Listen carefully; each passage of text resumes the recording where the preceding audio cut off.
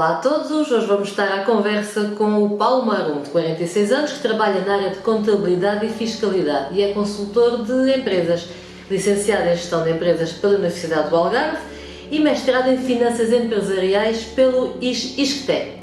Com mais de 25 anos de experiência nesta área e mais de uma década como empresário sediado em Lolé, é responsável por vários estudos económicos e projetos de investimento que permitiram a abertura de bons negócios no concelho de Lolé. Da sua especialidade, dá certo apoio a empresas e contribuintes estrangeiros sediados no nosso concelho.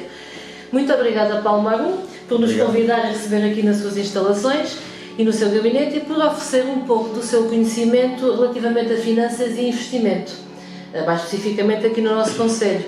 Portanto, como empresário da área da contabilidade e de consultadoria de empresas, o que pensa que os poderes políticos, governos, câmaras municipais, poderiam fazer isoladamente ou em conjunto para ajudar na fixação de empresas, sejam elas nacionais ou internacionais, aqui no Algarve ou mais especificamente no nosso concelho?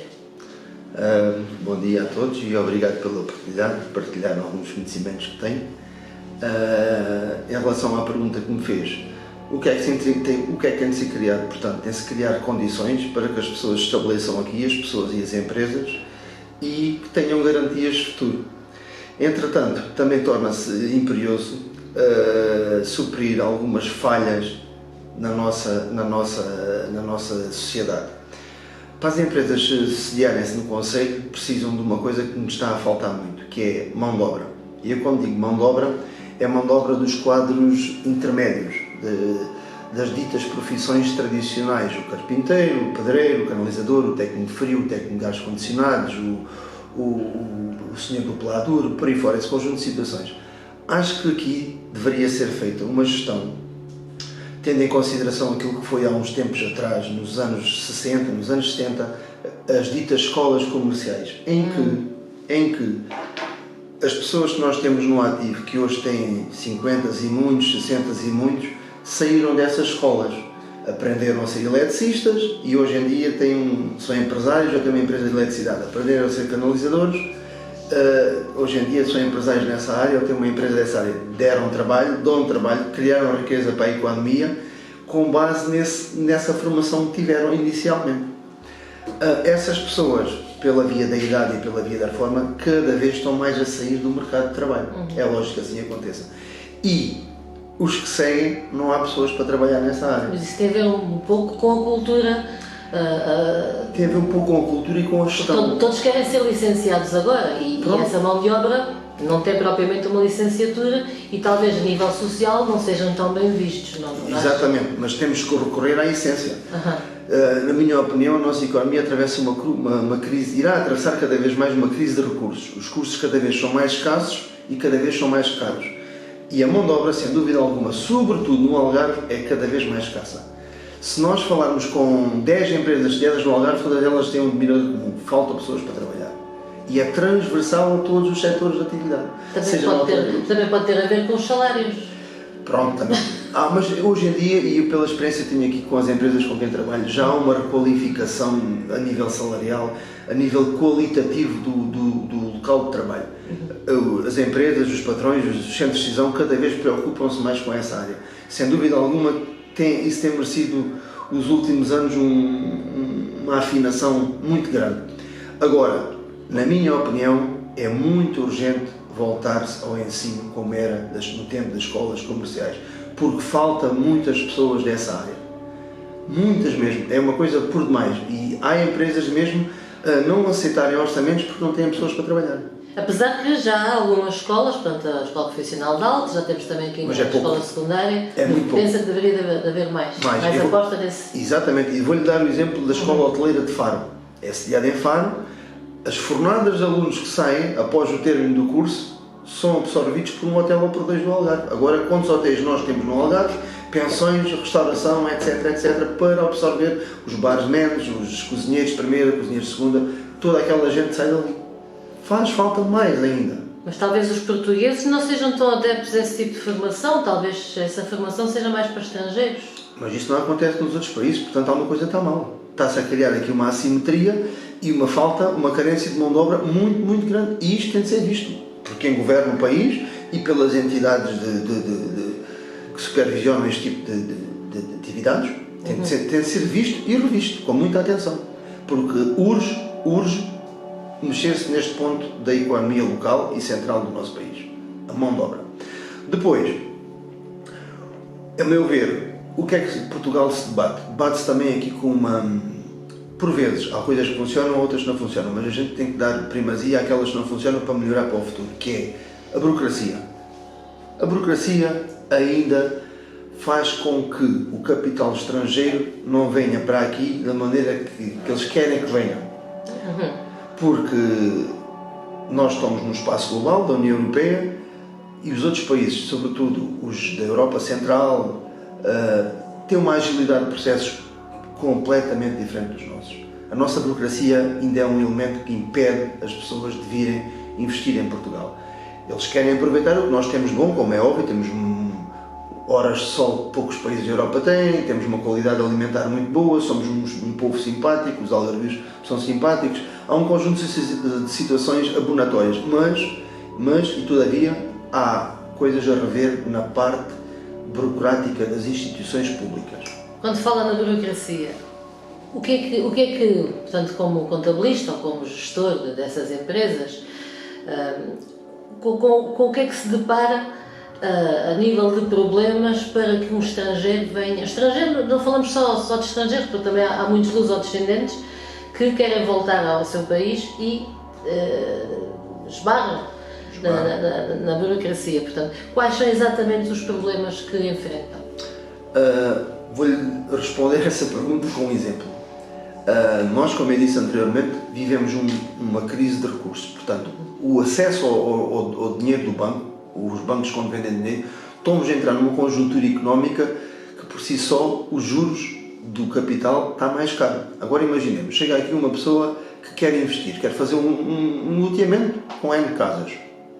Quanto tempo é que demora essa aprovação na Câmara? Um exemplo. Não sei. Agora imaginemos, contrai um empréstimo que está a pagar os juros a um valor, agora nesta conjuntura, um bocadinho acima do que era normal até aqui, e depois vê-se privado, vê-se está parado, enquanto o processo não desenrola na Câmara. Isto é perfeitamente inadmissível. Não pode acontecer. Está a falar das câmaras em geral ou de alguma específica? A nossa dole, o que eu ouço dizer pelos empresários, tem uns prazos de demora muito grande. Depois está uma coisinha mal, aquilo hierarquicamente o processo passa por várias fases, volta para trás, para chegar à fase que estava, é mais ali uns meses e anos, isso por si só inviabiliza qualquer pretensão de uma pessoa a querer investir. Eu vou-lhe dar aqui um exemplo na Europa, que ele não tinha ali um artigo muito interessante. A Câmara Municipal de Bucareste, na Roménia, o prazo de resposta dos projetos são 2 semanas. Quer positivamente, quer negativamente. Quer sim ou não. Ou sim ou não. Okay. Agora veja-se a cadência da economia romena em relação à nossa. O crescimento. E tem vindo a público cada vez mais publicações sobre isso. Sobre o desenvolvimento económico. O desenvolvimento económico, a base é a sustentabilidade de desenvolvimento, é nestas pequenas coisas. Mas não é só na área da construção, portanto, a nível... É transversal. Uma empresa que queira vir para Portugal, qual é a burocracia que enfrenta? Um exemplo também. Não. É só de documentos ou... É muito documento, é muito papelinho. O setor público tem de ser mais... dinâmico e mais... como é que falta uma palavra? Mais... acessível, talvez... Não, competitivo. Como no setor privado tem que haver competitividade, celeridade nos processos. Tem que haver produtividade. Tem que ser mais apetecível. Produtividade é essencial. É certo que há organismos, trabalham bem. Por exemplo, eu vou dar o caso, a Web Balcão, a partir do momento em que surgiu o Covid, funciona lindamente. Nós não se temos queixar das finanças neste momento.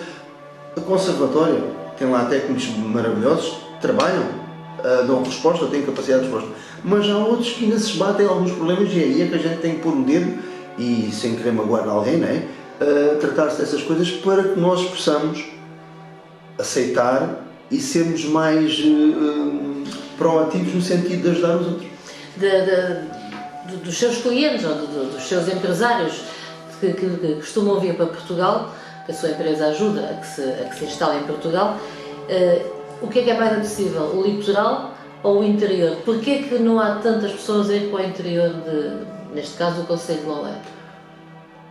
Há pessoas que gostam do litoral, assim como há pessoas que gostam do interior. A gente não pode dissociar um do outro, que isto é só um único conceito.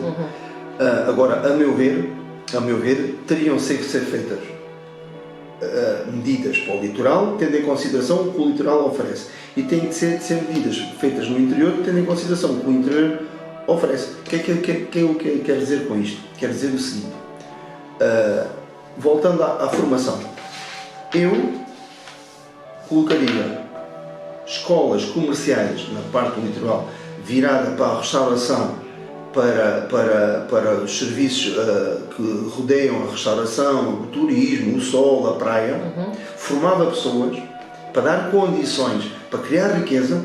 E no interior, o que é que eu fazia? Por exemplo, criava cursos técnicos ou profissionais no âmbito do combate aos incêndios, da reflorestação, da plantação de árvores, do medronho, da plantação do azeite, do gado, da caça. Para quê? Para que o litoral, porque o interior não se desertifique e simultaneamente crie condições para os jovens decidirem-se lá.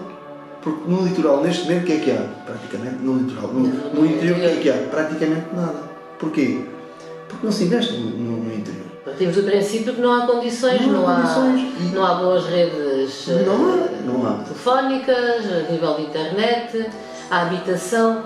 E empregos para os jovens, para sediarem-se, por exemplo, no Barranco Velho, no Meixal, nessas aldeias maravilhosas que nós temos. Pronto, fazem-se AELs, alojamento local, deu uma dinâmicazinha, está a Via Algarviana, deu uma dinâmicazinha, mas falta mais sustentabilidade, falta mais crescimento, falta mais implementação. E o interior tem muita coisa para dar. Eu, por exemplo, este ano, na altura do Natal, fiz um périplo pela Alemanha rural. A Alemanha rural não tem qualquer assimetria da Alemanha urbana. Porquê? Porque a Alemanha rural vive daquilo que tem lá. E conseguiu captar os jovens? Tem jovens e tem a riqueza, ostenta a riqueza. Tem bons carros, tem boas casas, tal qual como a gente vê numa cidade. Não há qualquer assimetria. Há uns anos também estive na Irlanda, tive a percepção que a Irlanda rural também não tem qualquer assimetria em relação à Irlanda urbana. Há riqueza, muito através do gado. Gado, sim, agricultura. Agora, a nível fiscal e a nível económico, o que é que se poderia ser feito para fazer isto? Isto era, lá está, ia-se à base, ia-se à formação. Formava-se, por exemplo, no interior, jovens agricultores nas várias áreas, do azeite, do medronho, do próprio combate aos incêndios. A serra tinha outro cariz, era mais limpa, tinha mais método de trabalho, criava mais riqueza. Simultaneamente os jovens sediavam-se nas pequenas aldeias, não se diversificando como estão aqui, estão completamente... Talvez tivesse que haver algum benefício fiscal, não? Ele já há benefícios, por exemplo, as taxas de IRC significativos são reduzidas, mas, por exemplo, um jovem que se quisesse implementar um lagar de azeite, que faz muita falta, um exemplo. Sim. Sim, com todas as tecnologias, com toda... Teria uma isenção de IRC durante 2 anos, ou de IRS, para o ajudar. Depois, lá está a lei do retorno.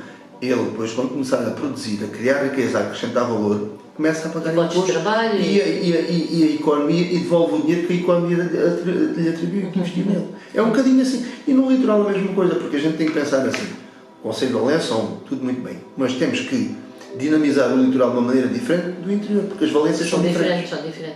E nós temos pessoas, por exemplo, voltando agora à conversa dos estrangeiros, nós temos pessoas que gostam da serra, gostam de caminhar a serra, gostam muito de comer à serra, gostam muito de ver aquelas pequenas coisinhas de água, como é alto, como há ali na Fonte da Névoa, por aí fora. Gostam disso. As pessoas dizem, perguntam-me para onde é que vão, gostam muito, exatamente, gostam dessas coisas. Mas e nós temos que mudar. Então, como podemos aproveitar a nosso favor as diferenças apresentadas pela economia portuguesa em relação às economias dos muitos investidores estrangeiros que optam ou poderiam optar para investir no Algarve ou em Portugal? Neste caso, no Algarve. Eu rejo muito por coisas que eu tenho aprendido com eles, porque eles vêm aqui com aspectos completamente diferentes. A realidade deles é muito grande. Por exemplo, se eu estou reunido aqui com uma pessoa, como já aconteceu várias vezes, da Irlanda, da Bélgica, eles antes de virem falar comigo, trazem um business plan. tudo elaborado, tudo esquematizado, tudo certinho. São metódicos no trabalho. Ok. Portanto, eles, pessoas metódicas, o que é que eles prezam? Método de trabalho e garantias de que o investimento deles cresça no futuro. Crie valor e acrescente valor ao que eles vão investir. Ao fim e ao cabo, resume-se a isto. E eles, para terem essas garantias, temos que provar que estão já capacitados para o receber.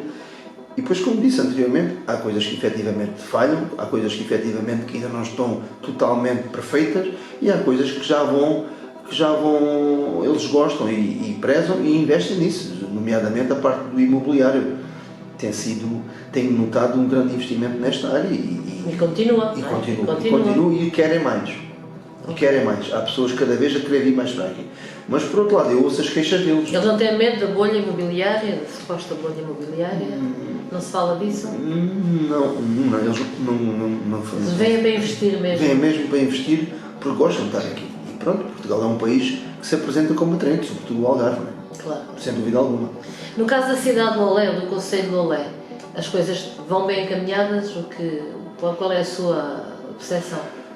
No Conselho de Lolé falta, a meu ver, 2 hotéis na periferia. Ainda mais?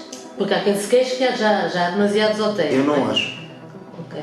E tendo em consideração os eventos que o Lolé faz, a Noite Branca, o Carnaval, o Festival Med.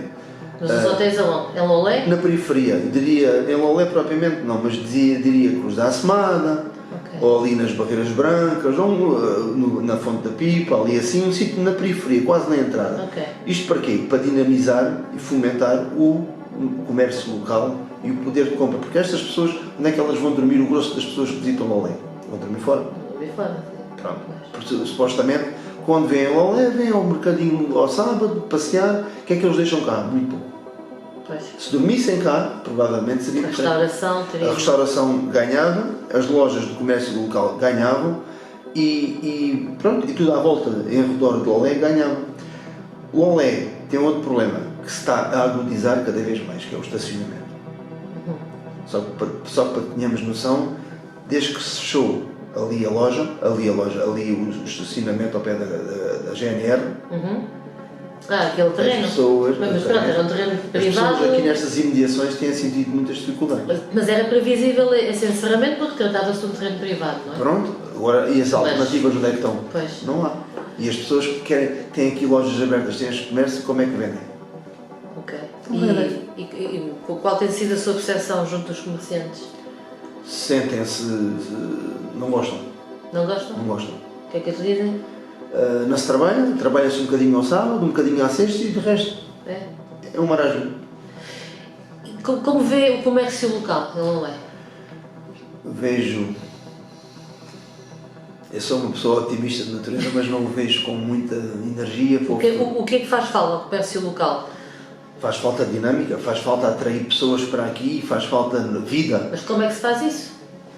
Criando hotéis, criando bares, criando diversão, como por exemplo há N cidades da Europa, que são cidades de trabalho, mas a partir das 5, 6 horas as pessoas saem do trabalho, querem beber um copo, querem ir ouvir música, até se criar essa dinâmica.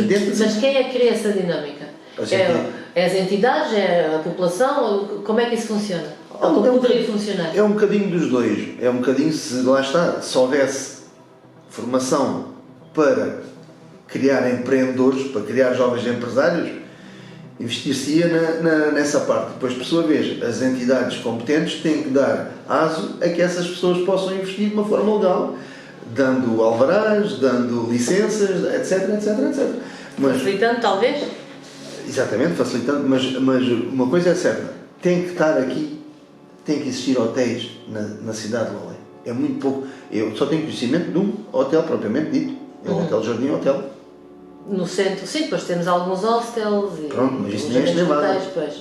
Isso nem é estimado. Hotel propriamente dito, na verdadeira acessão da palavra, só temos um. Ok. As pessoas vão todas para fora. Vão um pouco mais para o litoral, talvez. Pronto, mas Lolé se quer crescer, quer dinamizar o que tem cá dentro, tem que ser assim. Eu estou a sentir aí uma pequena veia política, não sei. Isto é meramente...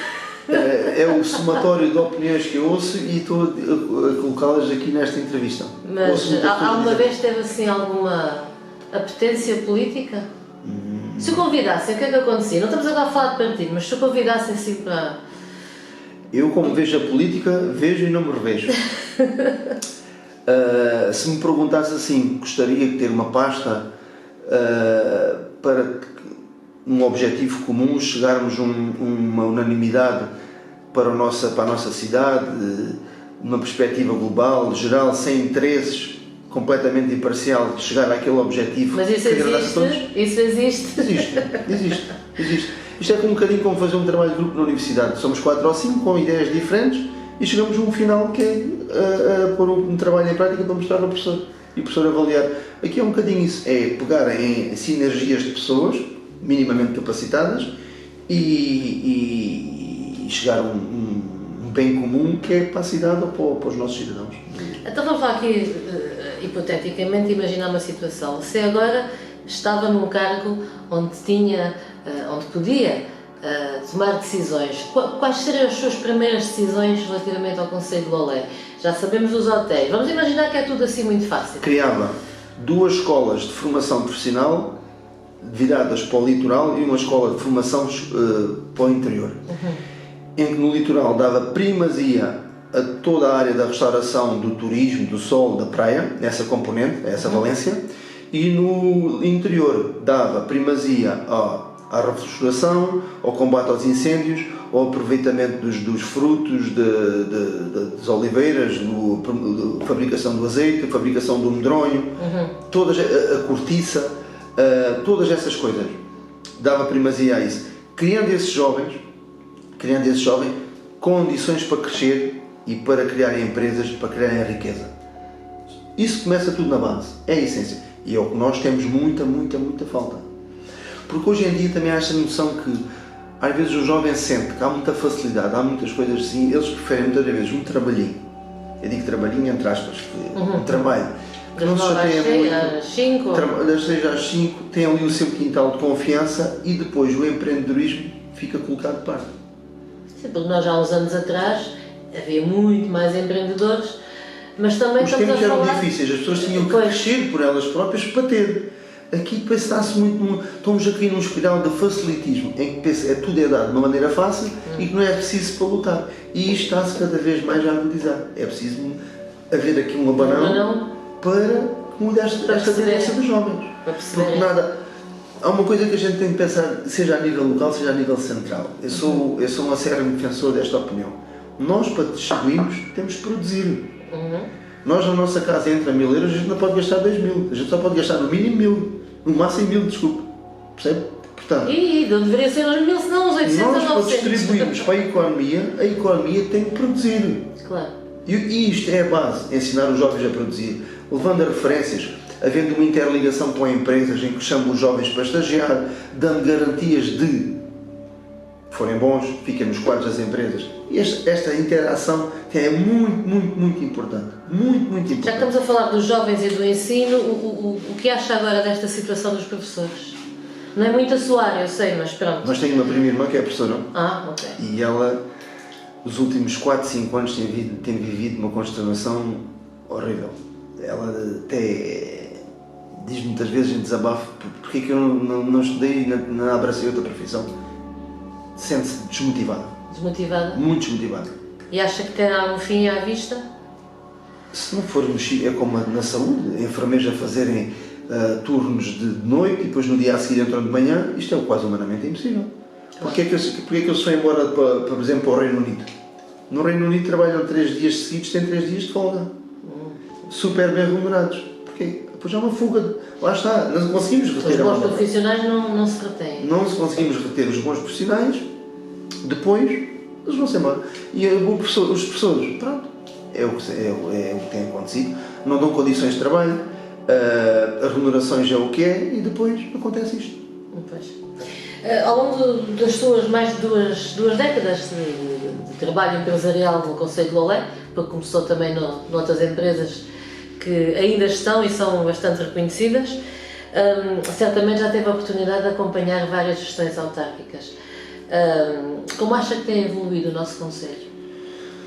O nosso Conselho tem evoluído dentro daquilo que é normal, nada transcendente e nada de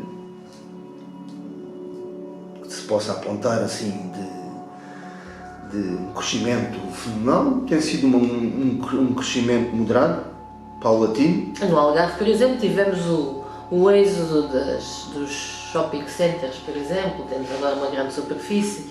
Como vê esse tipo de comércio, isso é uma alavanca para que os estrangeiros venham, principalmente os espanhóis, os franceses? Sim senhora, isso faz bem, mas também temos depois, lá está, é o que eu estava a dizer. Temos que poder alojá-los. Temos que poder alojá-los, temos que lhe dar garantias e também temos que não esquecer os pequenos, que estão aqui há muitos anos, antes de eles virem para cá. Esses também merecem o nosso carinho, a nossa atenção e a nossa consideração. E temos que criar condições para que eles trabalhem de igual forma que os grandes. Agora, isto tudo é perfeitamente compatível uns com os outros, desde que as condições dadas a uns sejam dadas a outros.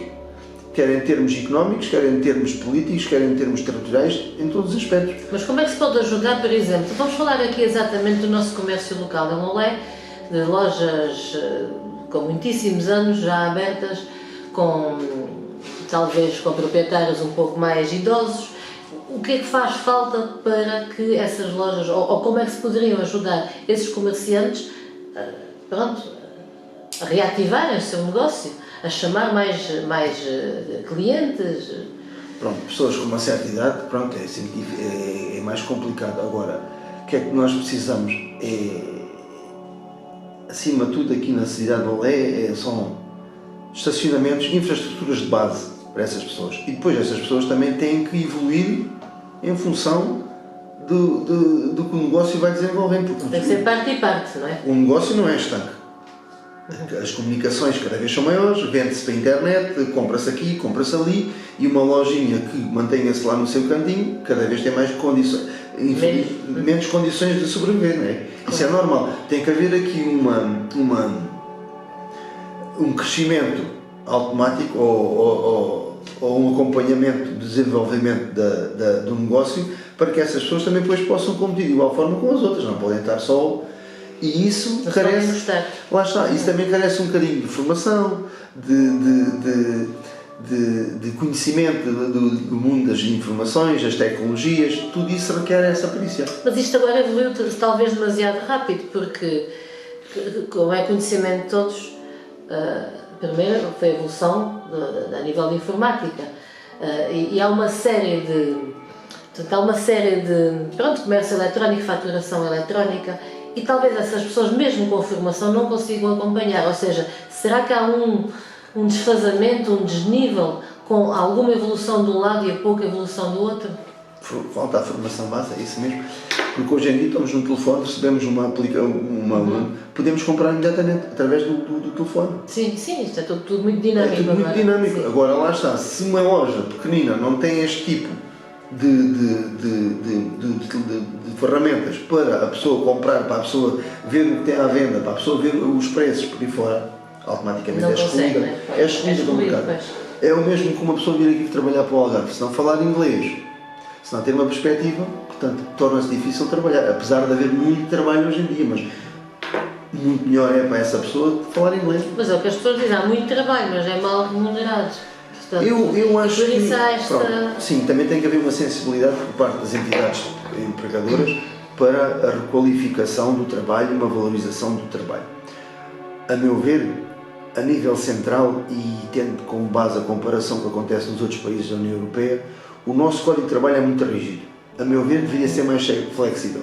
Uma pessoa que é boa tem de ser valorizada como boa. Uma pessoa que não é boa tem que ou estar no trabalho errado ou tem que dar lugar a uma pessoa melhor que ele. Claro. Não se pode ficar agarrado completamente a uma pessoa. É dispendioso para a empresa em si, há falta de produtividade e tem que ficar ali. Claro. Por exemplo, eu vou-lhe dar um exemplo, voltando à conversa dos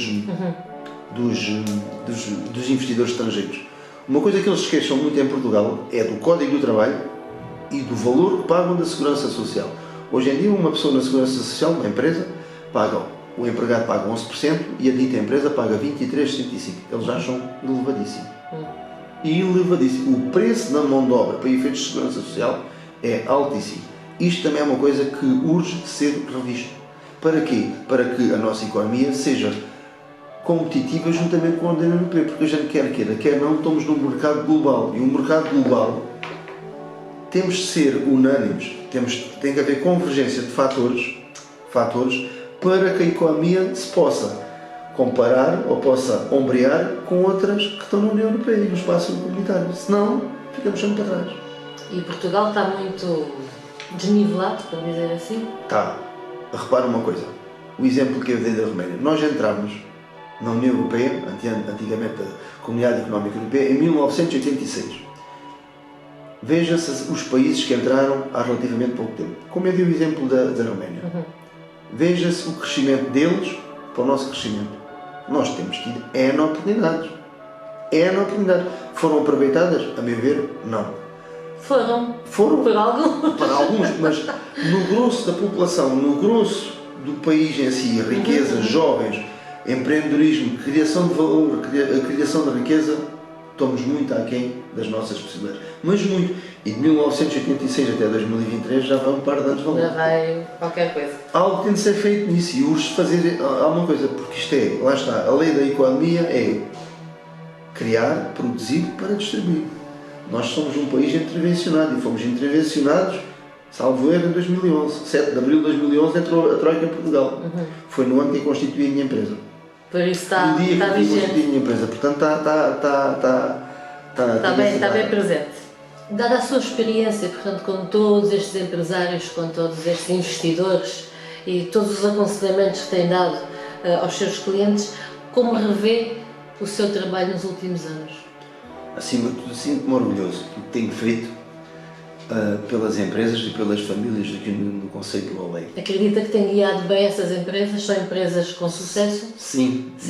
E sinto essa retribuição da parte das pessoas e das empresas. Sinto que gostam de mim. Modéstia à parte, mas sinto que gostam de mim. Não, já é alguma coisa. Sinto-me muito orgulhoso também pelo facto de ter contribuído diretamente e objetivamente para a abertura de grandes negócios aqui no conceito do Olé. Posso lhe dar 2 exemplos. Acompanhei o estudo económico no âmbito do CREN, do restaurante Dois Passos, na Praia do Loncão, que é provavelmente do ex-libris da restauração no Algarve, deve estar no top 5 ou no top 3. Tenho aqui na cidade do Olé N negócios a prosperarem, dos quais eu fiz o estudo económico e iniciei a progressão económica dessas famílias. Posso lhe dar um exemplo do Carlos João Quilho, o famoso Begas, lá com o negócio do marisco e do peixe. E depois tenho aqui outras empresas de referência que, num todo, faturam milhões e dão trabalho a N famílias aqui no Algarve. E eu trabalho com elas já há muitos anos. Não vou citar nomes, mas já algumas famosas. Depois, também gosto e sinto-me útil no sentido de ter recebido pessoas que hoje são, como eles dizem, sou português.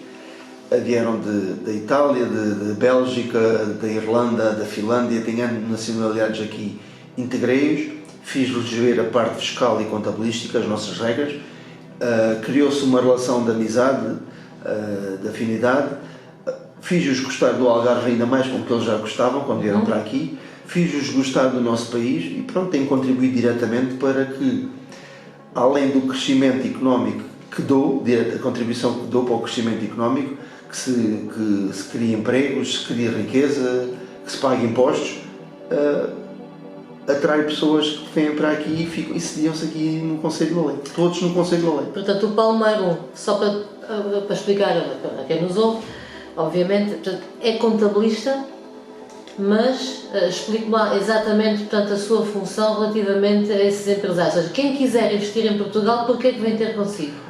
Por exemplo, temos de circunscrever o âmbito do negócio à parte fiscal. Então, se comprar e vender uma casa, há 3, 4 possibilidades de o fazer. Nós temos de circunscrever a pretensão do cliente, tendo em consideração a parte fiscal, o que é que se vai pagar, o que é que se pode poupar, tudo dentro do quadro. Qual a melhor forma de o fazer? E eles gostam de ser aconselhados. Eu faço isto muito com advogados e, simultaneamente, com as pessoas que trabalham diretamente. Agora, a pessoa quando entra aqui quer uma consulta, geralmente, de índole fiscal. Ou seja, tendo em consideração o negócio que pretende fazer, o que é que ele pode vir a pagar, o que é que ele pode vir a poupar.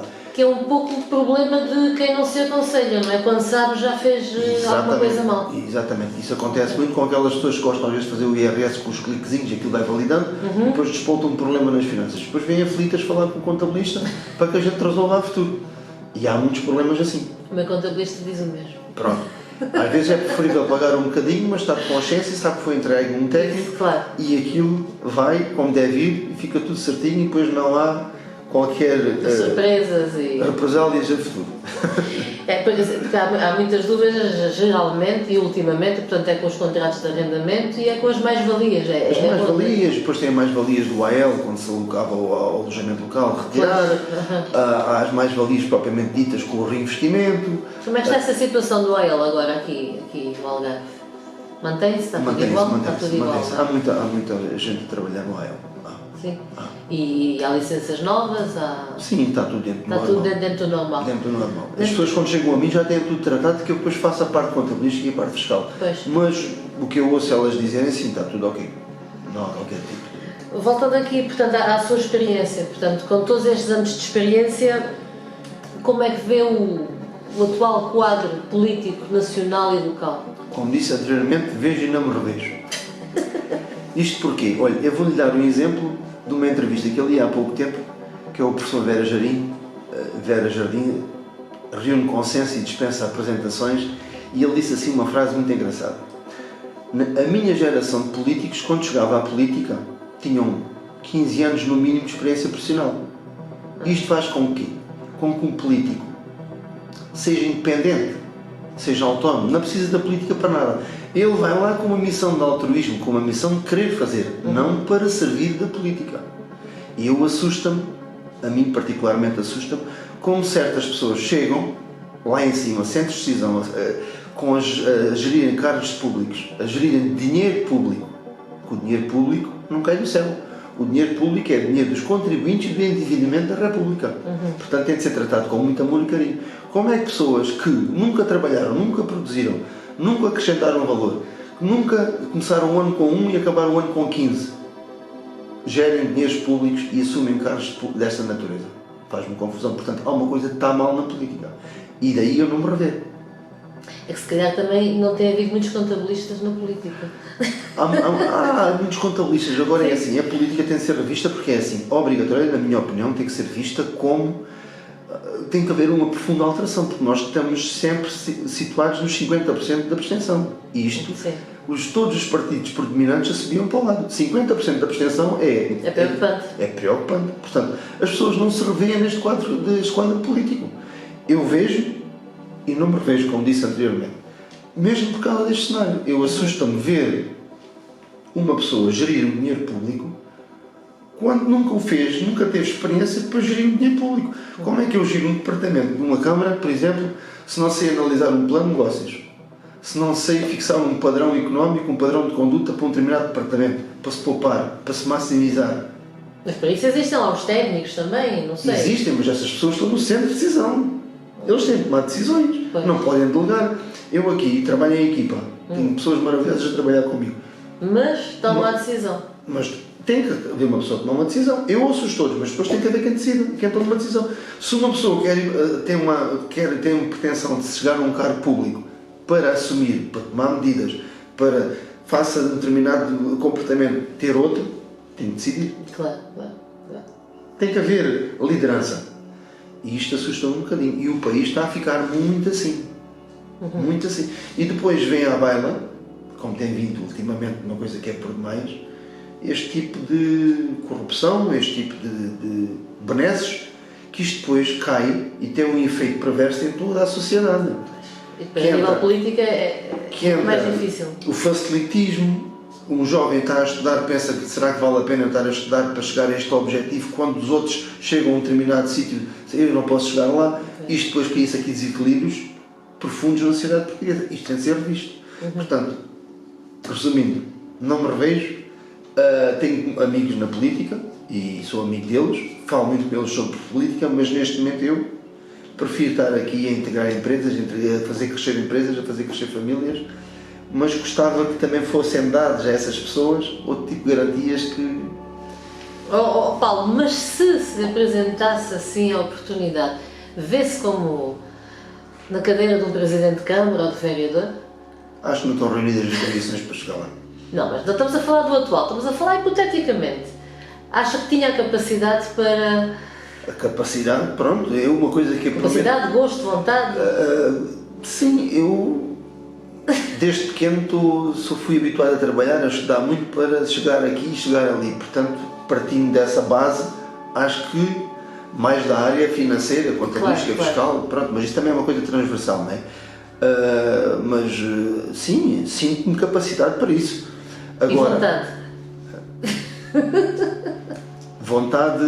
Vontade não tenho assim muita. Não. E vou dizer aqui, vou citar aqui uma frase de uma pessoa que eu leio muito. Ele é professor nos Estados Unidos, é economista, é um grande economista, que é o Pedro Garopa. E eu no outro dia li uma entrevista dele na Visão e ele dizia assim: Portugal é um país refém das elites, porque as elites predominantes ditam as elites que vêm. Portanto, eu não sou um rapaz das elites. Ok, está fora de contexto. Estou fora de contexto.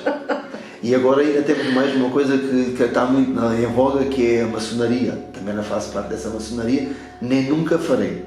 Eu quando me junto com amigos é para a gente comer, beber e brincar e falar de futebol, daqui. Da chuva e do bom tempo. Exatamente, da chuva e do bom tempo. Portanto, acho que estou auto-excluído por si só. Está bem. Prontos? Quem sabe? Só Quem sabe? Com certeza. Agora, assim para finalizar a nossa conversa, se pudesse enviar um recado a alguém, a quem é que enviava esse recado e o que é que diria? Se eu tivesse que mandar um recado a alguém, faz-me lembrar o Daniel Oliveira. É mais ou menos. O que é que diz os seus olhos? Eu mandava um recado que muito preocupado com o sentido da nossa economia e destes jovens que estão a emergir, esta nova geração dos 19, 20 anos. A gente tem que dar condições a essas pessoas. Isto está-me a preocupar. Eu tenho um filho pequeno e isso, pronto, por si só já me dá uma certa preocupação. Mas o recado que eu daria era temos que ser, somos poucos, cada vez somos menos, a nossa população está a envelhecer cada vez mais, a população ativa cada vez é menor, infelizmente. A taxa de natalidade tem valores cada vez menores, infelizmente.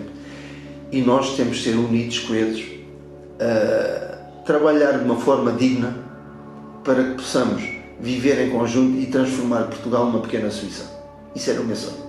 Ok, já é uma coisa. Em que todos possamos viver bem, com uma certa riqueza, aproveitar este país maravilhoso, com sol, com boa comida, com boas praias, com um bom clima, com uma boa serra, e aproveitarmos todos em conjunto isto, sem destruções. Estão reunidas as condições, não é? Estão reunidas as condições. Já ao fim e ao cabo a gente talvez atropela-se uns aos outros, interesses daqui, interesses dali, mas se a gente for ver a nossa essência, nós podíamos ser uma pequena Suíça. E o recado que...